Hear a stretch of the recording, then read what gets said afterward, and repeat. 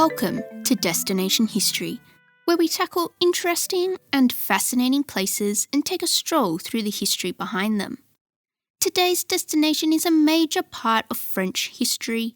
It has been the home of some of the most influential French monarchs and epitomises the country's history and identity. Located in a town of the same name, come along and learn about the exquisite extravagance of one of the most popular chateaux. Join me as we take a look at today's destination, the Palace of Versailles. The residence that would one day grow up to be a big and strong palace was originally a small hunting lodge, used by Henry IV and his family. His son, Louis XIII, liked the palace so much that in 1624 he constructed a chateau in the lodge's place. This chateau still stands within the current palace. When Louis XIV wanted to expand the chateau into something grander still, he pretty much built around his predecessor's building. Louis XIV also wished to create a whole new town, so the original village of Versailles was destroyed in 1673. If you visit the palace today, you will find a bustling urban landscape with the palace at its centre. It was throughout Louis XIV's reign that the chateau was transformed into the extravagant complex surrounding by stylised French gardens that we see today, with every detail of the palace and its gardens intended to glorify the king and his divine right to rule. In 1682, the palace was declared the official royal residence for the French monarchy when Louis XIV installed the court and government at Versailles. The successive kings of France continued to embellish the palace right up to when the French Revolution cut down the French monarchy, the first time. Throughout its life, the Palace of Versailles was mainly used by three monarchs: Louis XIV, Louis XV, and probably most famous of all, Louis XVI. Each left their own unique mark on the palace, one more so than the others. So much, in fact, that you could be forgiven for thinking that it was only Louis XIV who lived in the place. While he was the one who practically built the whole estate, he was a bit full of himself, as monarchs and nobles in those days normally were, and fancied himself a little as the Sun King. As Louise Boysen-Schmidt says of the king on her blog, This is Versailles, "As King of France, he was the embodiment of France, and his palace was meant to display the wealth and power of his nation." Art historian T. Gudect Sanjder also says of Louis XIV, "The most important message Louis XIV sent through the architecture of Versailles was his ultimate power. He is an absolute monarch, untouchable and distinct. But even more than that, he is the Sun King." Schmidt again. "Everything in the Versailles of Louis XIV had a symbolic meaning. The ceilings are adorned with illustrations of Roman gods, with Louis XIV himself painted as Apollo, the sun god. Throughout the palace you will find the intertwined L's of his name. It all serves as a constant reminder that he is the king and all power comes from him by the grace of God." Alas, it was not to last. When Louis XIV died in 1715, the palace was effectively abandoned. It wasn't until 1722 when the palace was returned to its status as a royal residence, with further additions and extravagances made throughout the reigns of Louis XV and the ill-fated Louis XVI. In 1789, the French Revolution forced Louis XVI from Versailles in the direction of Paris. Unfortunately for the palace, it would never again be used as a royal residence. Schmidt once more. "Toward the end of the 18th century, the palace became more of a symbol of the aristocracy's wealth, which stood in stark contrast to that of the common people. It was also during this tumultuous time that many of the palace furnishings were sold to help pay for the Revolutionary Wars. After the horrors of the revolution died down, Napoleon pretty much neglected Versailles, despite building an apartment for himself in the Grand Trianon, complete with a map room. And the following leaders of the restored monarchy, Louis XVIII and Charles X, basically just kept it up with basic repairs. When 1837 finally rolled around, the new King of France, Louis Philippe, decided that the Palace of Versailles would be turned into the Museum of the History of France. As a museum, the palace's many rooms would house collections of paintings and sculptures that represented the great men and important events throughout the history of France. Louis Philippe even went so far as to withdraw the palace's status as a royal residence and dedicated the museum to all the glories of France. The Franco-Prussian War hit during 1870 and 1871. Versailles was occupied by the Prussians for most of the war, and the French were kicked while they were down when the German Empire was proclaimed in the Hall of Mirrors 18th of January 1871 with the crowning of Kaiser Wilhelm I of Prussia as the Emperor of Germany. March 1871 saw quite a turnaround for Versailles. The French National Assembly moved in, and throughout this time Versailles was officially the capital of all France. Quite a promotion. But it was at the end of the 19th century that Versailles got the biggest facelift of all. The Museum of the History of France's curator, a Monsieur Pierre de Nolac, decided that it would be best if Versailles reflected its past as a royal residence. De Nolac went so far as removing Louis Philippe's installations and made a start on finding the collections of art that had been sold off for the revolution. To mark the end of World War I, the treaty between the Allies and Germany, confidently known as the Treaty of Versailles, was signed in the Hall of Mirrors on the 28th of June 1919. A throwback to when the German Empire was born in 1871.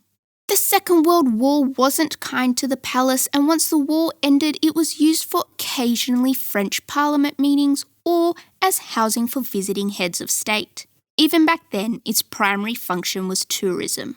1979 saw another promotion for the palace when itself and its gardens were declared a World Heritage Site by UNESCO.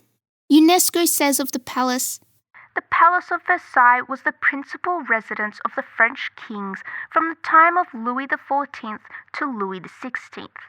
Embellished by several generations of architects, sculptors, decorators and landscape architects, it provided Europe with a model of the ideal royal residence for over a century." Throughout the years, the palace and its grounds have gone through restorations and renovations. Even Versailles, Palace of the French Kings, is subject to extreme weather events. Now that we've got that pesky history bit out of the way, let's take a gentle stroll through the palace itself.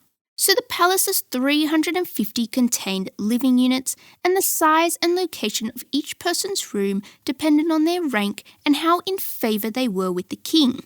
Now, as there are so many rooms and gardens and walks, and just interesting places in general up and around the palace, basically there are way too many to go through in this tiny little podcast. So if you're interested in learning more about a particular room or garden or walk, head on over to the Palace of Versailles website, which has comprehensive information on everything Versailles.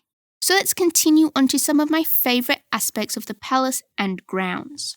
The most famous and well-known room in the palace is probably the Hall of Mirrors. It's basically a massively long room with walls covered with mirrors. It was originally built to replace a large terrace which opened onto the garden. The terrace was in between the king's and the queen's apartments, but it was awkward and exposed to the weather.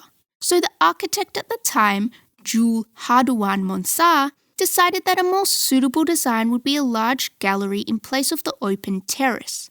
It took 6 years to complete and was finished in 1684. The whole 73 metres of the Hall of Mirrors is a tribute to the political, economical and artistic success of France.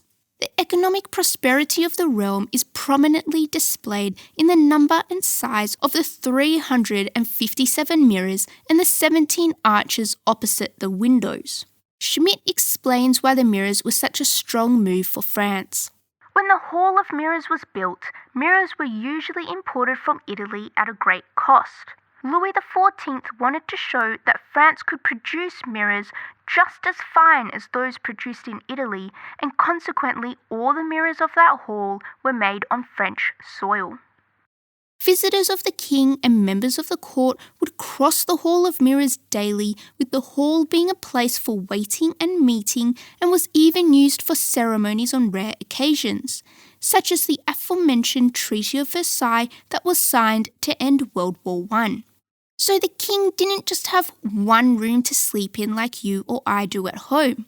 He had a whole series of rooms that would make up his state apartments. Each room had a specific use for the sovereign's official acts. In general, the apartments were furnished in an extravagant Italian style with marble panelling and painted ceilings. Access to each of these rooms were based on strict hierarchy that were controlled by etiquette. Louis XIV even used to dine in public every evening, where courtiers would come and watch him eat.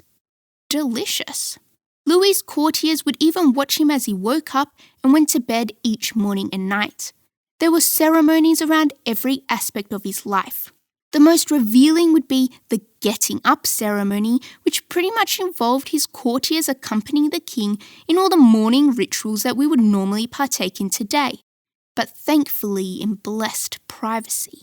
Gudect Sander helps to explain why these ceremonies were important in the king's reign. His court was seen as a microcosm of the universe, and the king is the sun that shines over everything. Each action he took, having a meal, strolling through the garden, became a symbolic metaphor for his divine presence. Ill-fated Marie Antoinette, wife of Louis XVI, had, like the king, her own state apartments and a series of small rooms that were for her own personal use. But Marie Antoinette wanted more room. She didn't only go out sideways, but also up, commandeering the billiard room above her apartments, and down, having her own summer apartment built on the ground floor, which opened out onto the marble courtyard and included a bedchamber, library, and bathroom. And to be honest, I have no idea what those peasants are complaining about. Doesn't sound extravagant to me at all. Louis XV loved a good mistress, and two of the well-known ones, Madame de Pompadour and Madame du Barry, both had their own luxurious apartments not too far from his own. If the mistresses were allowed rooms, then definitely the children were allowed a couple. The Dauphin and Dauphine's apartments were littered throughout the palace, with each child and grandchild making them their own as they moved in. In an attempt to gain some relief from the rigours of courtly etiquette, the kings of Versailles built themselves more intimate spaces that were still close to the main palace. The Estate of Trianon is home to the Grand Trianon and Petit Trianon palaces, as well as the Queen's, Marie Antoinette's, Hamlet, and variety of ornamental gardens. Basically, they're a smaller version of Versailles. Louis XIV had the Grand Trianon Palace built at the far end of the Grand Canal under old mate Jules Hardouin-Mansart. Construction would begin in 1687. Louis XIV would also use his new palace as his escape with his mistresses. The Petit Trianon was completed in 1768, and not to be outdone, this was Louis XV's favourite spot to escape with his mistresses. But for all the mistresses, the estate is probably most closely associated with Marie Antoinette. She regularly sought refuge at the Petit Trianon, where she commissioned marvellous landscaped gardens centred around a hamlet of cottages built in the rustic style that was popular at the time. The creation and subsequent 40-year renovation of the gardens of Versailles began all the way back in 1661. Several people were put in charge of the different aspects of the garden. These included Jules Hardouin-Mansart, first architect, Jean-Baptiste Colbert, superintendent of building, and Charles Lebrun, first painter, as well as providing drawings for most of the statues and fountains. And it was the king himself who reviewed every aspect of his gardens. The architect Mansart built the orangery and laid out the outlines of the park. The creation of the gardens was so big that extreme amounts of soil had to be shifted to level out the ground, create parterres, build the orangery, and dig out the fountains and canals. Trees were even brought in from other regions throughout France. In order to maintain the design, the entire garden needs to be replanted roughly every 100 years. Louis XVI replanted at the beginning of his reign, and Napoleon III did so as well. Following damage caused by a series of storms in the late 20th century, the gardens of Versailles have been fully replanted and now boasts a fresh and youthful look. The gardens actually look quite similar to how they would have been during the time of Louis XIV. The orangery sits just below the palace, housing orange trees from Portugal, Spain and Italy, as well as lemon trees, oleander palm and pomegranate trees. Some are even more than 200 years old. All the trees are housed in the orangery throughout the winter and then spread out across the parterre in summer. In order to house an incredible amount of trees, the central gallery is more than 150 metres long and boasts a 23-metre high vaulted ceiling. Because winter in France can get pretty chilly, the walls are 4.5 metres thick. The windows are double glazed and its south-facing position enables the building to maintain a temperature no lower than 5 degrees, the Celsius kind. As you walk through the gardens, you will see fountains at pretty much every turn, just touching on a couple of the more exciting ones. The Neptune fountain was made between 1679 and 1682.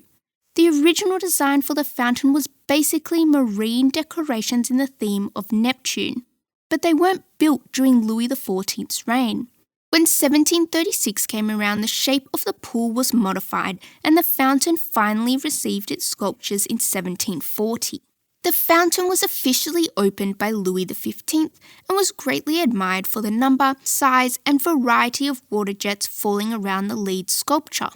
Today, the fountain has 99 jets that are operated through a state-of-the-art hydraulic system. Apollo's fountain is a water feature that already existed in 1636. It was built during the reign of Louis XIII and was then known as the Lake of the Swans. Louis XIV was the one who added the famous gilded Apollo riding his chariot.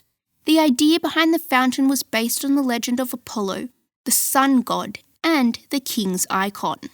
Now, even the king didn't always get his way. From the beginning, there were problems with the water supply, meaning that the palace could only afford to turn the fountains on for special occasions. They wouldn't have them running continuously every day like they do now for tourists. The use of water for the parterres also needed to be used sparingly, in an intelligent manner. And so the famous pump, the Marly machine, was constructed in order to provide the appropriate amount of water needed for a garden the size of Versailles. This was done alongside aqueducts, reservoirs, and a network of canals which was unique in Europe at the time. You won't miss the Grand Canal when you see it. It's constructed to the west of the main garden and runs for just over 1.5 kilometres. It's so big, it was even used for naval demonstrations and had its own gondolas steered by gondoliers donated by the Republic of Venice. The use of trees, mature plants and different species of flora only found in far-off places demonstrated the monarch's reach and power, as did the immense numbers of sculptures. 386 in all, 221 of them are littered throughout the garden, making the Gardens of Versailles the biggest open-air sculpture museum in the world. The groves were created by the king's gardener and architect André Lenaut, with some being later modified by Mansart.